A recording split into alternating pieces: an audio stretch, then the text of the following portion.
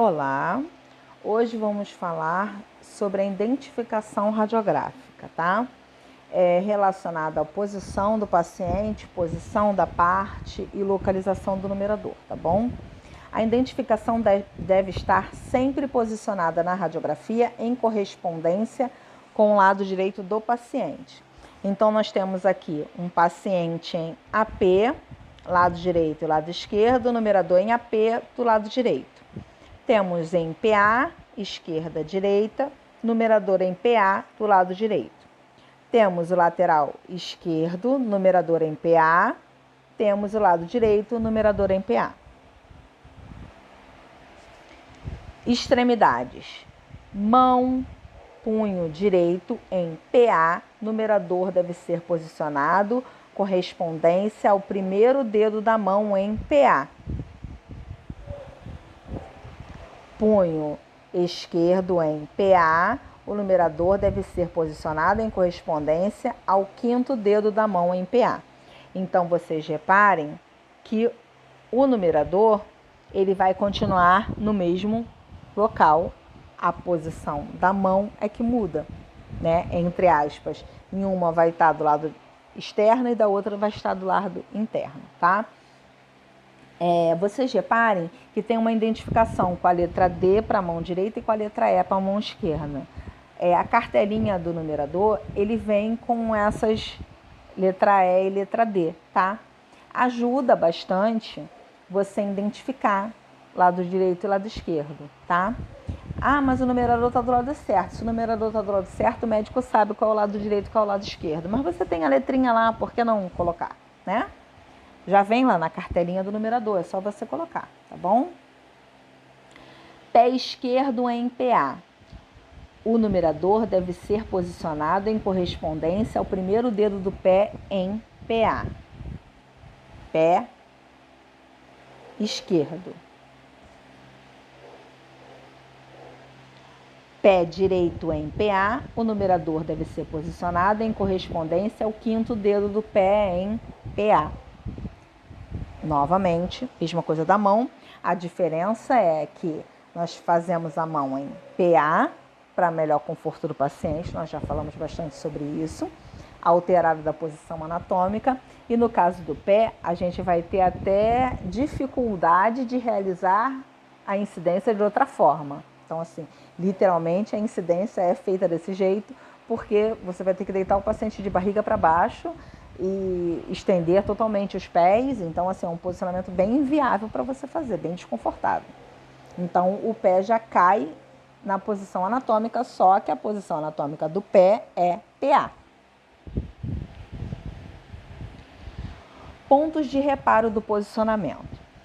Pontos de reparo são as estruturas anatômicas que em alguns casos se sobressaem ao restante da estrutura original, conseguem ser visualizadas e são estruturas que demarcam a região de interesse e servem de orientação para a realização do posicionamento radiográfico, tá?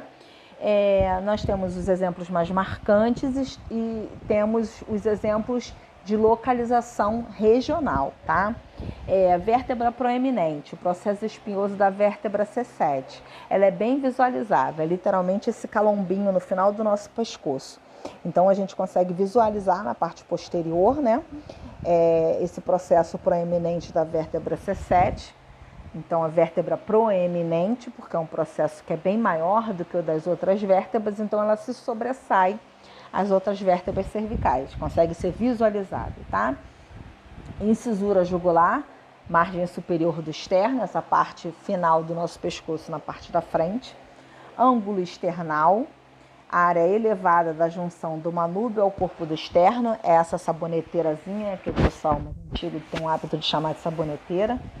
Processo tifoide, porção distal do externo, na parte inferior da caixa torácica você sente um carocinho e se você continuar afundando, você percebe que o dedo afunda quando ele termina, tá? Margem costal inferior, borda inferior lateral da caixa torácica, onde terminam seus arcos costais, você também consegue sentir, tá? Quando o paciente é bem magrinho, você consegue visualizar todas essas estruturas que eu estou falando aqui agora. Crista ilíaca, margem mais alta na borda curva da porção ilíaca da pelve. É na parte lateral da sua cintura que você sente o osso da crista ilíaca, tá? Essa região, ela é delicada para posicionamento, para localização, porque normalmente a gente pressiona o dedo para poder sentir o osso pélvico, né? A crista ilíaca, e localizar a estrutura para posicionar, centralizar o chassi, centralizar o raio central e etc. A gente tem que tomar cuidado quando a gente pressiona essa região, porque muitos pacientes sentem cócegas. E às vezes a gente pode criar uma situação de desconforto por causa de um descuido. Então a gente tem sempre que falar para o paciente, eu vou tocar aqui para achar seu osso, vou tocar aqui para poder posicionar, vou tocar aqui para isso, vou tocar aqui para aquilo. E sempre palpando, não segurando o paciente, tá? Para que o paciente tenha a noção de que você está fazendo um procedimento que precisa ser realizado e tudo dentro da seriedade, tá? Espinha ilíaca, borda proeminente da crista ilíaca, trocante maior, processo osso lateral da parte proximal do fêmur, sínfise púbica, junção dos ossos pubis e pelve, e tuberosidade isquiática, processo ósseo mais inferior da pelve. O trocante maior, a sínfise púbica e a tuberosidade isquiática são regiões que a gente não palpa mais para localização. A gente só precisa saber onde elas estão, mas a gente não palpa mais, tá? Tem macetinhos para você localizar essa estrutura. Quando fala de posicionamento, passado essas dicas, né? Vamos dizer assim, porque são regiões que causam desconforto ao paciente se você tocar. Então, existem outros métodos de fazer a localização da região. Desde o momento que você conhece a anatomia, você sabe onde elas estão. Então, não é mais necessário tocar o paciente nessas regiões para poder localizar as estruturas e centralizar o raio central e o chassi, tá? Você consegue fazer de outra forma. Aqui nós temos pontos de reparo demonstrados aqui, ó. Ponta do processo xifoide, margem costal inferior, crista ilíaca, espinha ilíaca, trocante maior, sínfise púbica, tuberosidade isquiática, incisura jugular e ângulo do externo. Marcos topográficos. Biotipo.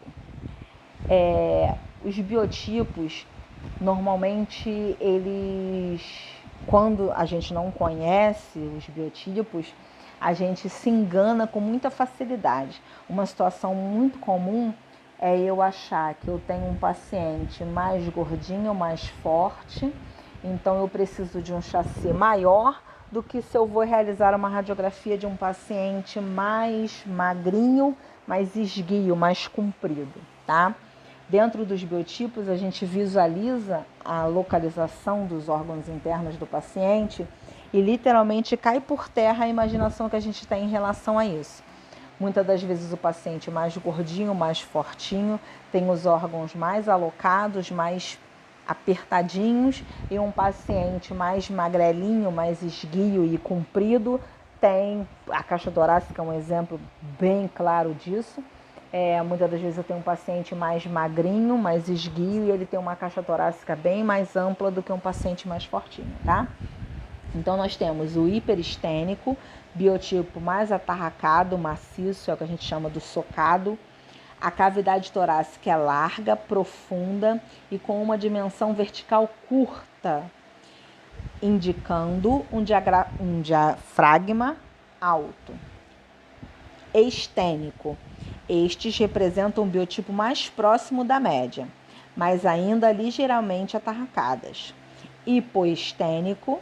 Estes também estão próximos da média, não mais atarracadas, mas com tipo corpóreo de mais estatura.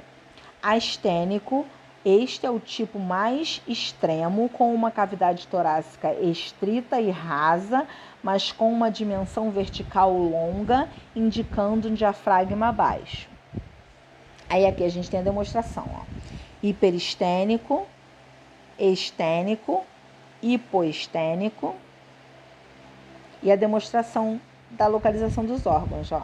hiperestênico, estênico, hipoestênico e astênico.